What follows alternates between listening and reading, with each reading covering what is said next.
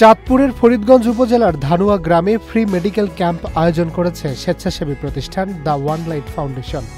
২৮ ফেব্রুয়ারি শুক্রবার দেশের স্বনামধন্য বিশেষজ্ঞ চিকিৎসক দলের অংশগ্রহণ এবং স্বেচ্ছাসেবীদের সহায়তায় দিনব্যাপী এই ক্যাম্পটি অনুষ্ঠিত হয়। আয়োজক প্রতিষ্ঠানটি জানিয়েছে, গ্রামীণ দুস্থ ও অসহায় জনগণকে বিনামূল্যে উন্নত চিকিৎসা পরামর্শ এবং চিকিৎসা সেবা দেওয়ার লক্ষ্যে এই ক্যাম্প আয়োজন করা হয়। দিনব্যাপী ক্যাম্পে চিকিৎসা সেবা প্রদান করেন ১০ জন বিশেষজ্ঞ চিকিৎসক। সর্বমোট ১,০০০ রোগীকে চিকিৎসা সেবা দেওয়া হয়েছে বলে জানান আয়োজকরা।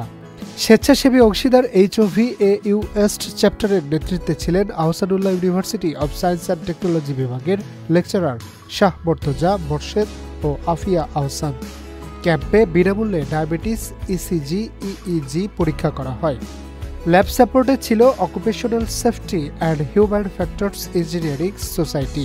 এ বিষয়ে স্বেচ্ছাসেবী প্রতিষ্ঠান দ্য ওয়ান লাইট ফাউন্ডেশনের প্রতিষ্ঠাতা নূর সারা কাদের বলেন, ফ্রি চিকিৎসা সেবা ক্যাম্পে আমাদের লক্ষ্য শুধু চিকিৎসা সেবা দেওয়া নয়, বরং স্বাস্থ্য সচেতনতা বাড়ানো, সুস্থ জীবনযাত্রার বিষয়ে মানুষকে আরও আগ্রহী করে তোলা। দ্য ওয়ান লাইট ফাউন্ডেশন সমাজের নানা ইস্যুতে ইতিবাচক পরিবর্তনে কাজ করছে।